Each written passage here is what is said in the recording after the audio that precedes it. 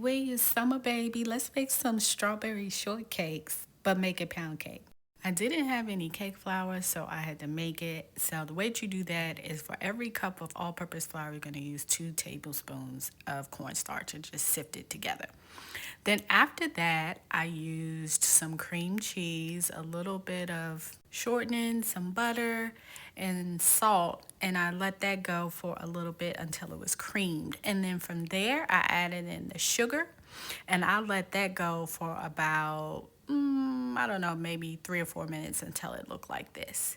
And then after that, I stopped and scraped down my sides because I want to make sure I'm going to get a good mixture because now I'm going to add in the eggs. So I'm going to slow down my mixer here because this is the point where we don't want to overmix.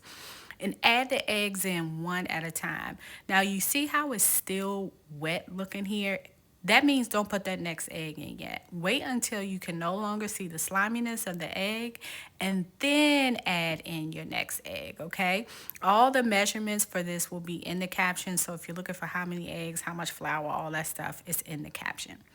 Okay, now after that's done, then I'm going to take my mixer paddle off because I like to do this part by hand because I do not want a tough pound cake. So I'm going to add in the flour just a cup at a time, and I hand mix it, okay? That way I know I'm not gonna have a tough ass pound cake. You know what I'm saying? So I just do it slowly, making sure I'm pulling from the bottom and just mixing that flour in as I go. And like I said, I do about a cup at a time and just mix it in to the point where I can no longer see the white part of the flour, okay? You do not want to overmix this part, okay? Once you can't see the whiteness anymore, you done scrape down the sides, scrape from the bottom, then you're gonna add in your vanilla. Give that about 10 or 15 turns to where you can no longer see the brown because you still not trying to overmix, y'all, okay? So then once you've got that vanilla, incorporated well, then this is what your batter will look like. I use the mini bunts for this. I have about 8 of them, but you can, of course, use a tube pan or use a bundt pan. It's 12 cups of pound cake batter here. So I had 8 of those minis, but I also had to do a regular size bundt. And this is how they came out. Look at those little cutie patooties. Oh, so sweet.